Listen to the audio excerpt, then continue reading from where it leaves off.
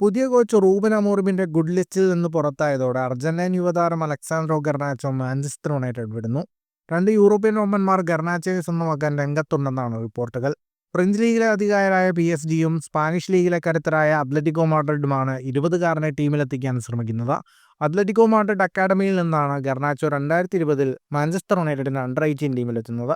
Senior ടീമിലേക്ക് സ്ഥാനക്കയറ്റം കിട്ടിയ താരം 115 കളികളിൽ ഇതുവരെ യുണൈറ്റഡിനായി ബൂട്ടണിഞ്ഞു. 23 ഗോളുകളും 13 അസിസ്റ്റുകളും സ്വന്തമാക്കുകയും ചെയ്തു. എന്നാൽ പുതിയ കോച്ചായി റൂബൻ അമോറിം ചുമതലയേറ്റതോടെ ഗർനാച്ചോയുടെ അവസ്ഥ മോശമായി. അവസാന മത്സരങ്ങളിലൊന്നും അമോറിം ഗർനാച്ചോയ്ക്ക് അവസരം നൽകിയിരുന്നില്ല. ഇതോടെയാണ് താരം ടീം വിടാൻ നീക്കം തുടങ്ങിയത്.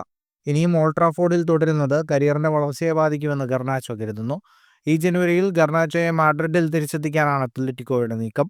ലാലിഗയിൽ കിരീടപ്പോരിൽ മുന്നിൽ നിൽക്കുന്ന ക്ലബിന് ഗർനാച്ചോയുടെ സാന്നിധ്യം കരുത്താകുമെന്നാണ് അത്ലറ്റിക്കോ മാഡ്രിഡ് കോച്ച് ഡിഗോ സിമിയോണിയുടെ കണക്കുകൂട്ടൽ.